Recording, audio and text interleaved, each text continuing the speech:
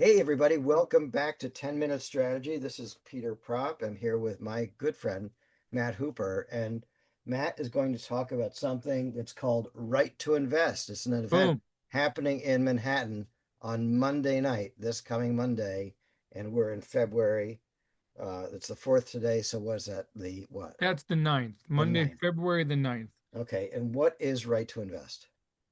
Right to Invest is a competition series wherein in every event, four investors compete to earn the yes right to invest in one early stage founder. So it's a sort of reverse Shark Tank.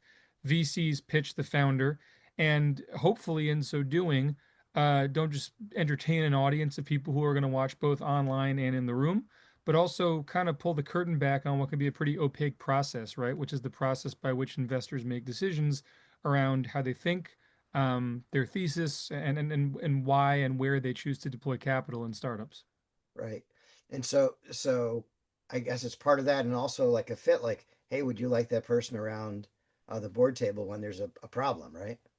Right. It's often said that when you take on money, it's kind of like getting married, right? Because they kind of get a seat on the cap table, as you just said, and that relationship is a very important one. So you better like that person.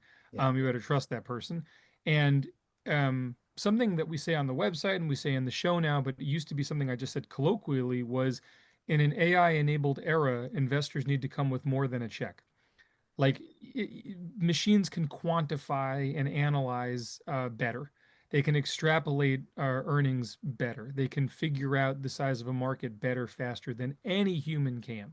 So, what is that human element? What is that sort of magic, not quite science, that an investor can bring to the table, which is so much of what matters in those early stages? We might one day do something around project finance. We might go after a more mature asset class or a different kind of money, but right now, we're really focused on the riskiest of asset classes, venture, and we're focused on very early stage businesses. Right. So the market is early stage businesses and they'll be on stage and then you'll be selecting investors to have that dialogue. Yeah, every event I mean, this is something one of my producers said. I used to just say we go get them, but he's right. We cast them. So we Right. literally like either they submit a tape or we always do a pre-interview with four domain relevant investors for that individual founder. Um, we have an application form, so founders do find us online. We've had DMs over TikTok, over LinkedIn, but more often than not, and I hope I'm not discouraging anyone from applying. Please, if you're interested in being on a show as a founder, please apply.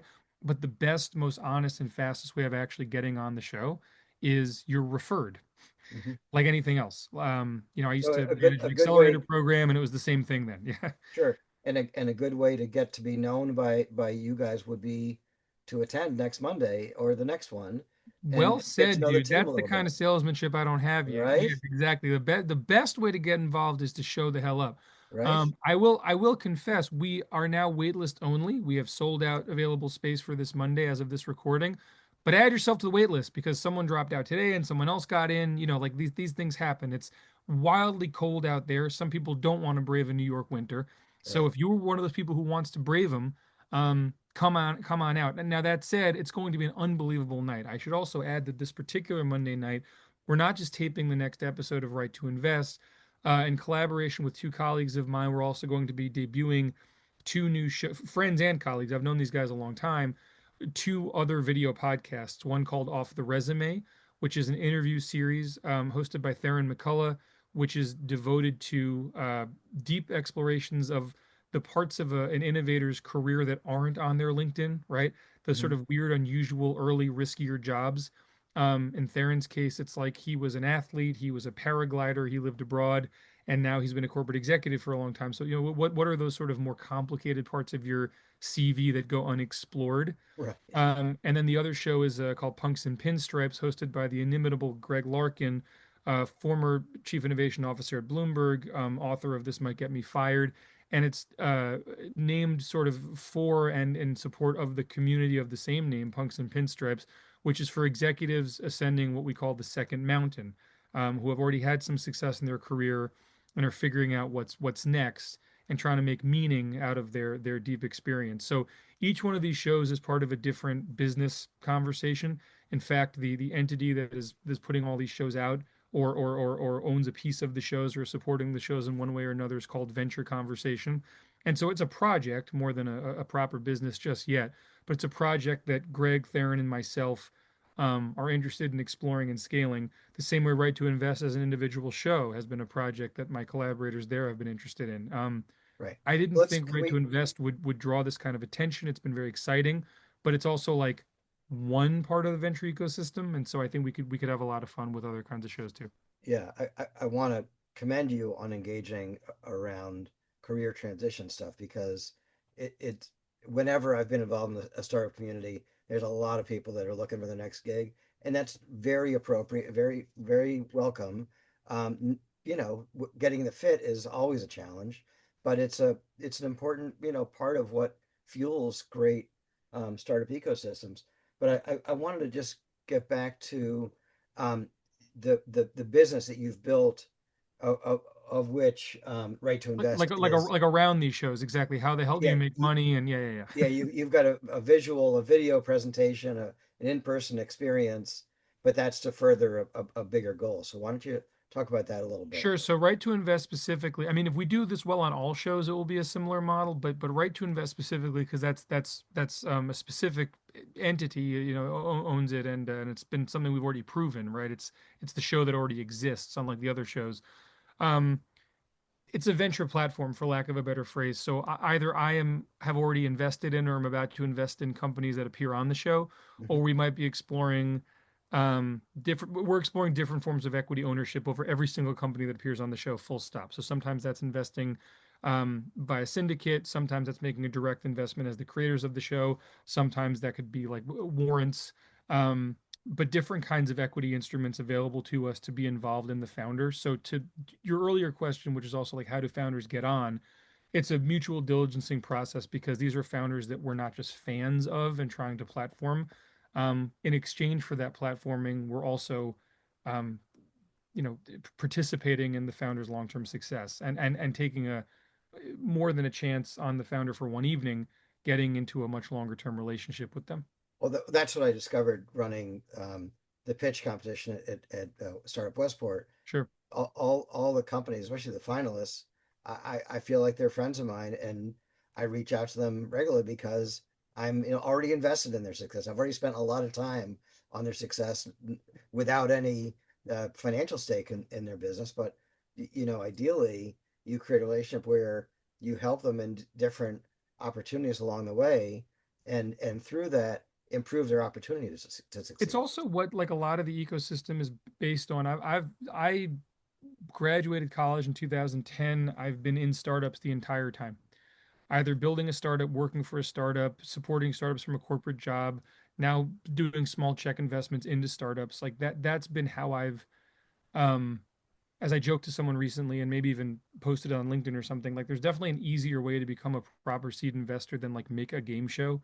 But I have a lot of fun doing, This is it's a the lot of fun work. This is the fun route. yeah, it's a lot of work and a lot of production cost and always raising sponsorship and stuff. But I'm enjoying it so much, particularly because I have a media background to some extent.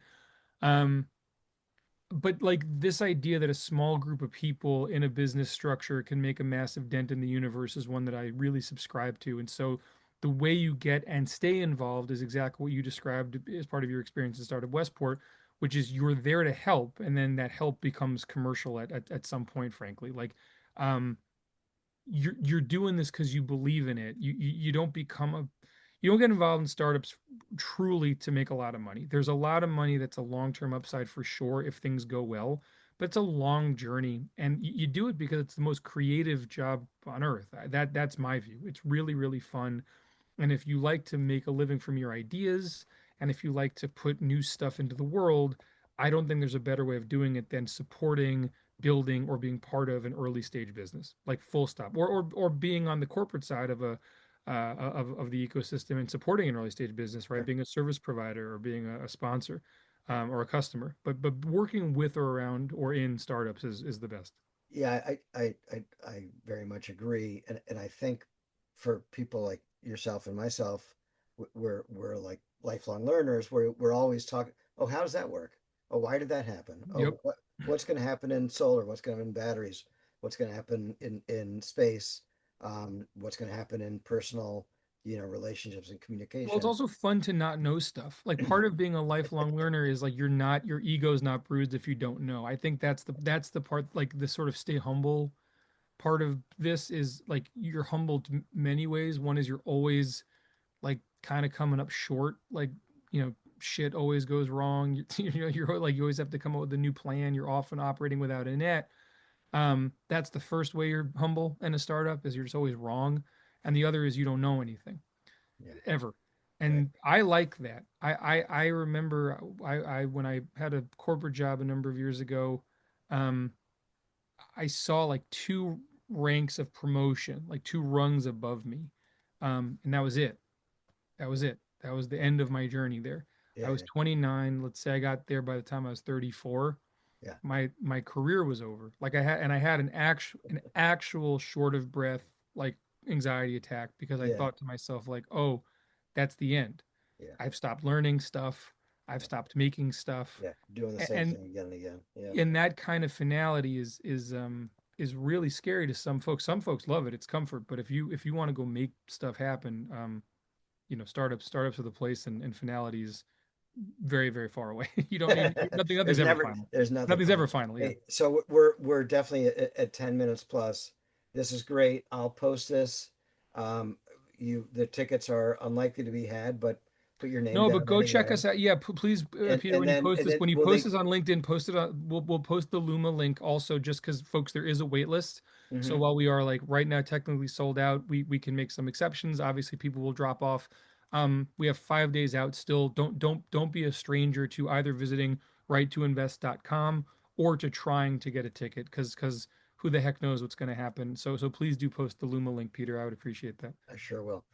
Thanks everybody. We'll see you all soon. Take care. Thank you. Thanks for having me. Thanks.